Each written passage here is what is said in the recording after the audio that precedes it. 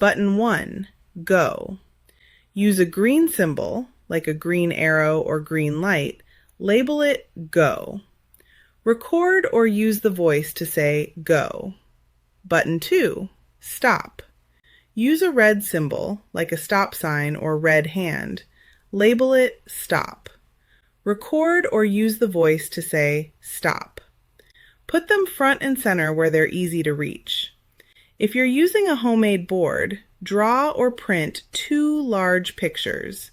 Green circle with Go, red stop sign with Stop.